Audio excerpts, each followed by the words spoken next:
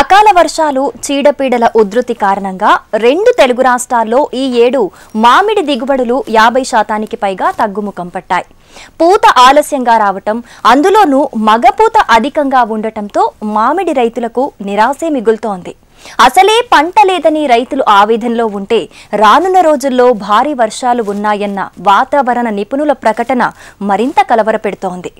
ఈ క్రమంలో ఉన్న పంటను కాపాడుకోవటంతో పాటు రానున్న రోజుల్లో విపత్కర పరిస్థితుల నుంచి బయటపడాలంటే మామిడి రైతులు సకాలంలో సరైన యాజమాన్య పద్ధతులు పాటించాలంటున్నారు శాస్త్రవేత్తలు.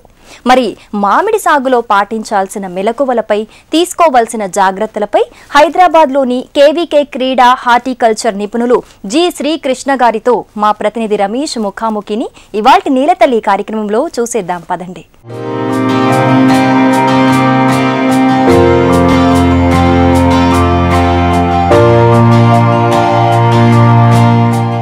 నమస్తే, నీలతల్లిని ఆదిస్తున్న రైతు సోదరులకు వందనం. నేను మీ రమేష్ పెద్ద. తెలుగు రాష్ట్రాల్లో మామిడి సాగు కలవరపెడుతోంది. దిగుబడులు దిగులు పుట్టిస్తున్నాయి. అంతు చిక్కని చీడపీడలు, వాతావరణ సమతుల్యత దెబ్బతినడం ఈసారి దిగుబడుల మీద ప్రభావం చూపించినట్టు తెలుగు రాష్ట్రాల్లో మనకు అర్థమవుతుంది. అయితే ఈ నేపథ్యంలో ఉన్న కాస్త దిగుబడులను కాపాడుకోవడానికి ఏమేం చర్యలు తీసుకోవాలి అది తెలుసుకోవడానికి మనం ప్రజెంట్ ఇప్పుడు హైదరాబాద్లోని కేవీకే క్రీడా వ్యవసాయ పరిశోధన స్థానంలో ఉన్నాము. మనతో పాటు శ్రీకృష్ణ గారు ఉన్నారు, ఉద్యాన పంటల స్పెషలిస్ట్. ఆయనతో మనము ముచ్చటించి మామిడి సాగులో అసలు ఎటువంటి ఇబ్బందులు ఎదురవుతున్నాయి, ఈసారి పరిస్థితులు ఎందుకు చేజారాయి, వీటికి గల కారణాలు ఏంది, ఇంకా ముందు మామిడి యాజమాన్యం ఎలా చేసుకోవాలి, ఈ కొద్ది కాలంలో దిగుబడిని ఎలా నిలుపుకోవాలో తెలుసుకుందాం. సార్ నమస్కారం. సార్ నమస్తే.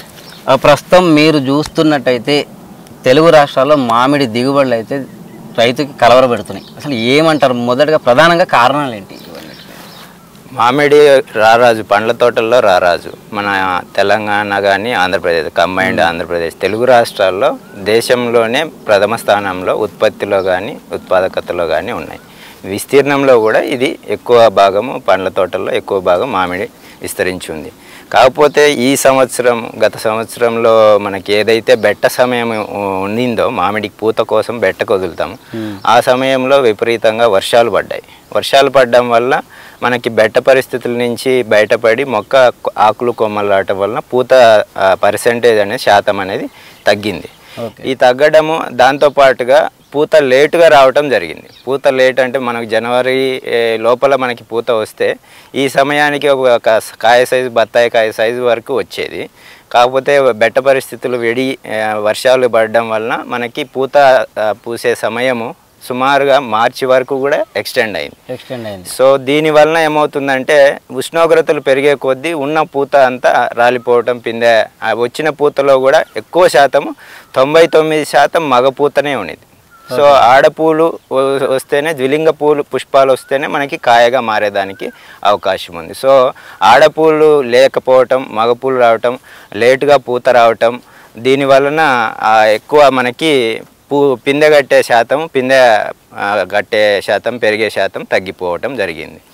ఇదే కాకుండా మనకి వాతావరణ మార్పు వలన బెట్ట పరిస్థితుల్లో నీళ్ళు ఇవ్వటం వలన కొమ్మలు, ఆకులు ఎక్కువగా రావటం జరిగింది. ఓవరాల్ పూర్తిగా తెలుగు రాష్ట్రాలు మొత్తం ఇదే పరిస్థితి దాదాపు. అవునండి. అంటే ఎట్లా ఈ బెట్ట పరిస్థితులు మీరు చెప్పిన అదే ప్రధాన కారణం అనుకోవచ్చా? ఆ బెట్ట పరిస్థితుల్లో వర్షాలు పడడం వలన ఇలా జరిగింది. కాకపోతే కొంతమంది తెలుసుకొని రైతులు ఏం చేస్తారంటే వెంటనే నీళ్ళు అంటే ఉన్న తేమను దున్నడం వలన ఆవిరి మళ్ళీ బెట్ట పరిస్థితి కంటిన్యూ చేయటం. అదేవిధంగా కొంతమంది 13-0-45 13-0-45 అనే పిచికారీ సుమారుగా మన డిసెంబరు, నవంబర్లోనే పిచికారీ చేయటం వలన కూడా కొంతవరకు పూత తెచ్చుకోగలిగారు ఎర్లీగా. వదిలేసిన రైతులు ఏమైందంటే పూత డిసెంబరు, జనవరిలో ఒక 15-20% వరకే వచ్చింది. సో ఈ 15-20% వచ్చిన పూతని కొంత నెగ్లెక్ట్ చేయడం జరిగింది. ఎక్కువ శాతం రాలేదని చెప్పేసి రైతులు నెగ్లెక్ట్ చేయడం జరిగింది. ఎక్కువ భాగం వచ్చింది ఫిబ్రవరి మార్చిలో వచ్చింది.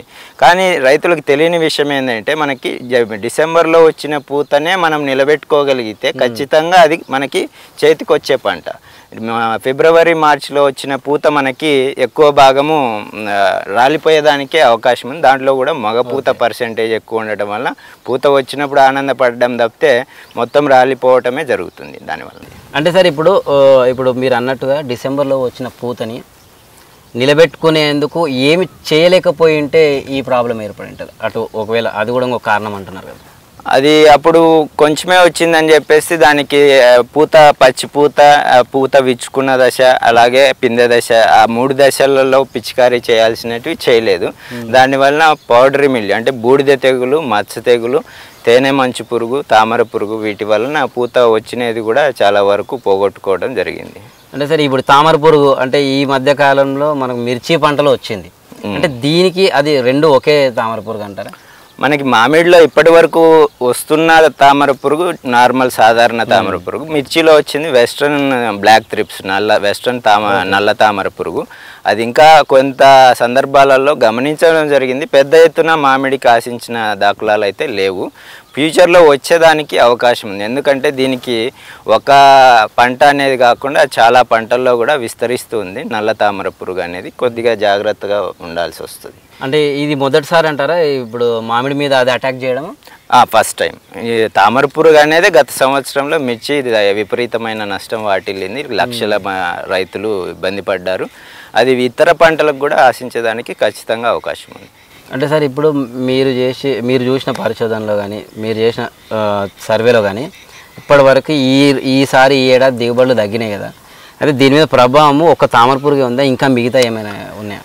గత సంవత్సరం వరకు చూస్తే తేనె మంచు పురుగు ఈ సమయం వరకు ఎప్పుడు చూడలేదు మేము. ఈసారి వాతావరణం మార్పు అయితే మన మార్చి 17వ తారీఖు కూడా విపరీతమైన మంచు పడింది మనకి. యాక్చువల్గా ఆ టైంలో మంచు పట్టడం అనేది నేను ఎప్పుడు చూడలేదు.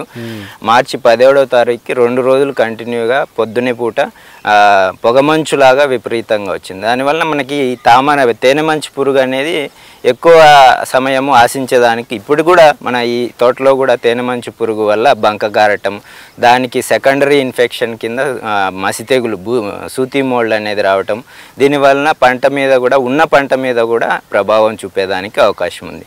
ఇది కిరణజన్య సంయోగక్రియ తగ్గించి చెట్టుకి పోషకాలు తగ్గటం వలన కాయ సైజు కూడా తగ్గేదానికి అవకాశం ఉంది.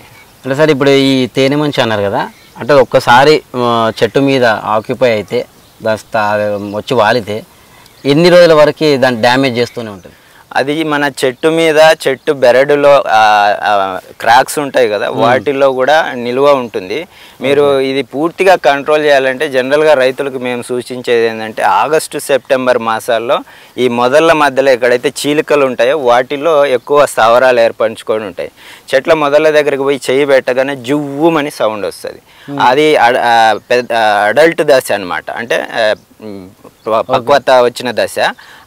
ఆ దశలో మనము పిచికారీ చేసుకోవాలి. కాన్ఫిడార్ అని ఇమిడాక్లోప్రిడ్ అనే మందు 1/2 ml 1 లీటర్ నీటికి కలిపి చెట్ల మొదళ్ళు, బెరడు, కాండాల మీద పాడేటట్టు మనం కొట్టుకుంటే పూర్తి తీవ్రత కంట్రోల్ అవుతాయి. ఇది ఎప్పుడైతే మనకి చలికాలంలో పూత స్టార్ట్ అయిన వెంటనే పూత విచ్చుకునే దశలో ఇది ఆశించేదానికి అవకాశం ఉంది. దీని సైకిల్స్ అనేటివి మన భూమిలో, కాండంలో, చెట్టు మీద ఇక్కడిక్కడే తిరుగుతూ ఉంటాయి. సో ఇది ఎక్కడికి పోదు. కాకపోతే మనం చేసే నివారణ చర్యలు కరెక్ట్ సమయంలో చేస్తే మన పంట సమయంలో నివారణ కంట్రోల్లో ఉంటుంది అంతే. అంటే ఆ నివారణ చర్యలు ఎట్లుండాలి, ఏమేమి ఉంటాయి? పూత విచ్చుకోకముందు ఒకసారి తేనె మంచు పురుగుకి ఇమిడాక్లోప్రిడ్ అనే మందు 0.5 ml, లేకపోతే క్లోరోపైరిపాస్ అనే మందు 2 ml, లేకపోతే అసిఫేట్ అనే మందు 1.5 గ్రామ్ 1 లీటర్ నీటికి కలిపి పిచికారీ చేసుకోవాలి. ఒకవేళ సేంద్రియ పద్ధతిలో చేసుకోవాల్సిన రైతులు వేప నూనె అనేది దొరుకుతుంది. 1500 ppm 5 ml 1 లీటర్ నీటికి, లేకపోతే 10,000 ppm అయితే 2 ml 1 లీటర్ నీటికి కలిపి పంటల మీద పిచికారీ చేసుకోవచ్చు. కొంతమంది ఏం చేస్తున్నారంటే కషాయాలు కూడా స్ప్రే చేస్తున్నారు. మనకి పచ్చిమిర్చి వెల్లుల్లి కషాయం, లేకపోతే దశపర్ణి కషాయము, ఇవి కూడా చేస్తూ ఉన్నారు. అన్నిటికన్నా ముఖ్యం వేప నూనె పిచికారీ తోటి కూడా కంట్రోల్ అవుతుంది.